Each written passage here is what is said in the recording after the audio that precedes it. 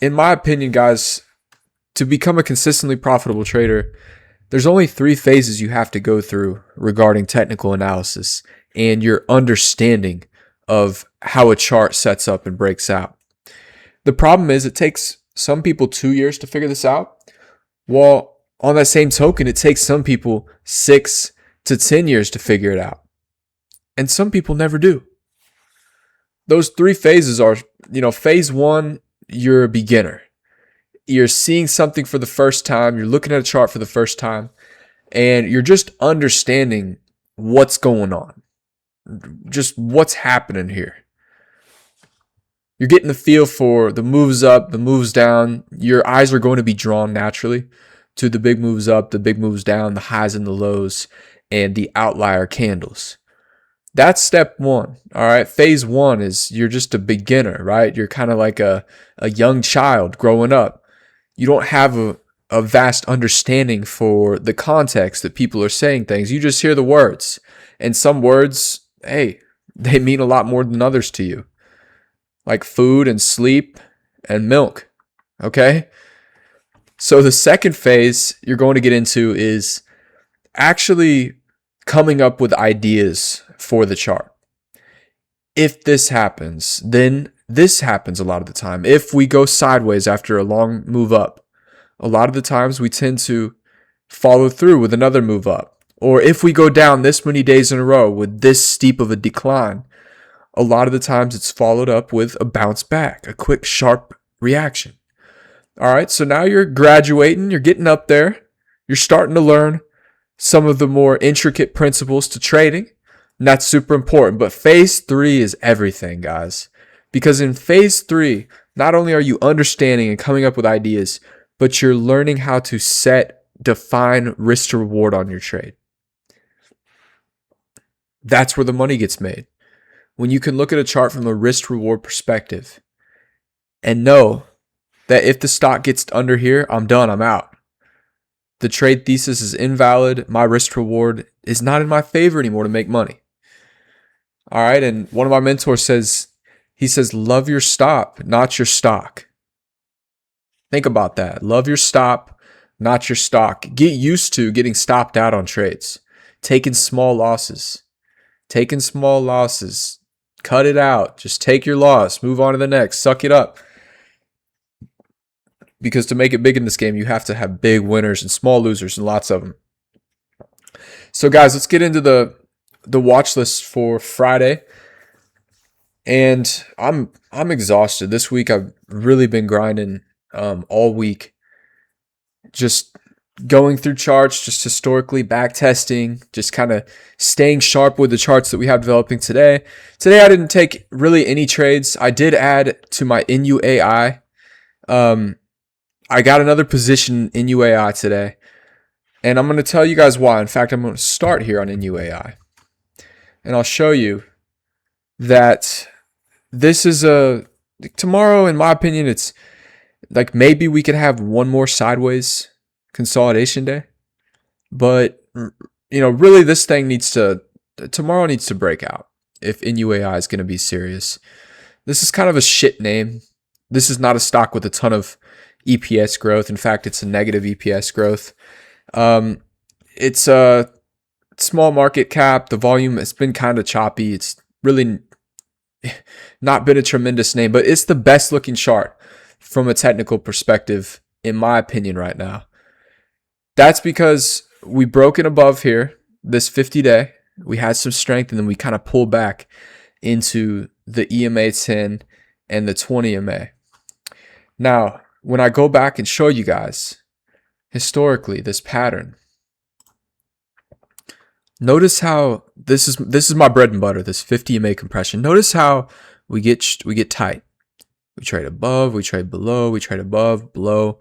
Then we start to put in these series of higher lows, and the chart gets very defined here, puts in some strength, and then tests the EMA 10 and never looks back. I want you to remember that, okay? This is SMCI back in 2024. Just remember this. 50 EMA. Now the 50 EMA is blue in this chart. On my chart, when we go back, it's going to be red. We get very tight range. We put in a series of higher lows and higher highs. The range gets very tight. We test the green EMA 10, find buying, and we never look back. All right, here it is. Now let's look again. How about on QBTS? Quantum. Chart bottoms out, finds support above the 50. 50 EMA starts to rise. Range gets pretty tight here. Volume starts to expand. And we find support on a green EMA 10. And the chart never looks back. All right.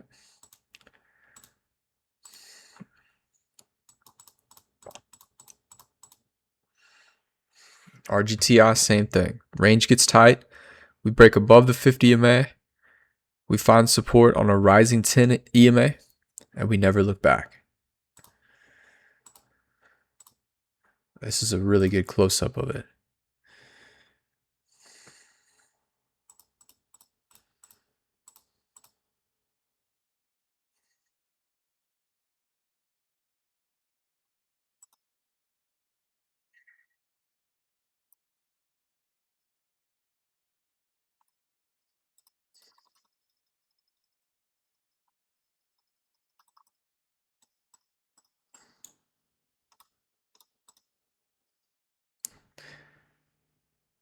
MBIS, kind of the same thing. A little bit less structure here. Strong move up, find support on a 10 EMA, range gets tight, and then we expand. All right. So maybe we find support on a rising 10 EMA, and this thing gets ahead of steam and squeezes, but maybe not. We'll just have to see. That's my thesis. My risk is very defined and tight here.